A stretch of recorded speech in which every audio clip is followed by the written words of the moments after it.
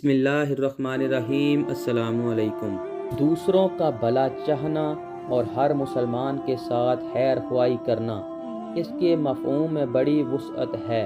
اور حقیقت تو یہ ہے کہ ہر مسلمان کی خیر خواہی یہ ایک ایسا عمل خیر ہے کہ اگر ہر مسلمان اس تعلیم نبوت کو خیریز جان بنا کر اس پر عمل شروع کر دے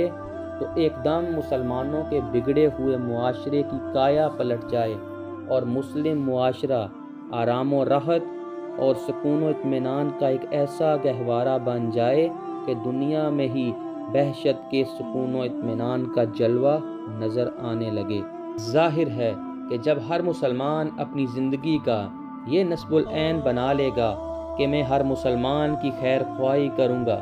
تو ہر قسم کے مکروہ و فریب، نقصان و ضر، ظلم و ستم، بغض و حسد، خلاف و شقاق، عناد و نفاق، بدخواہی و اظہار رسانی، تمام خصلتوں کا مسلمانوں کے گھروں سے جنازہ نکل جائے گا، اور ہر ایک مسلمان کے لیے صلاح و فلاح اور نفع و رسانی و بلائی کے سوا نہ کچھ کر سکے گا، نہ کچھ سوچ سکے گا، نہ کہ مسلمان کسی مسلمان کے ساتھ خیانت کرے گا، نہ چغلی و غیبت اور افتراء پر درازی کا مرتکب ہوگا، نہ ظلم کے کسی پہلو کو بھی اپنے گوشہ خیال میں آنے دے گا، نہ کسی کے بنتے ہوئے کام میں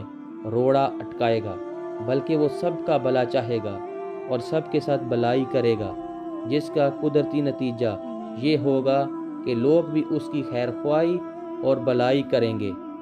اور وہ بھی ہر نقصان سے محفوظ رہے گا اور ہمیشہ اس کا بھلا ہوتا رہے گا۔ اس کے ساتھ ہی ہماری اس ویڈیو کا اختتام ہوتا ہے۔ نیکسٹ ویڈیو تک کے لیے اللہ حافظ۔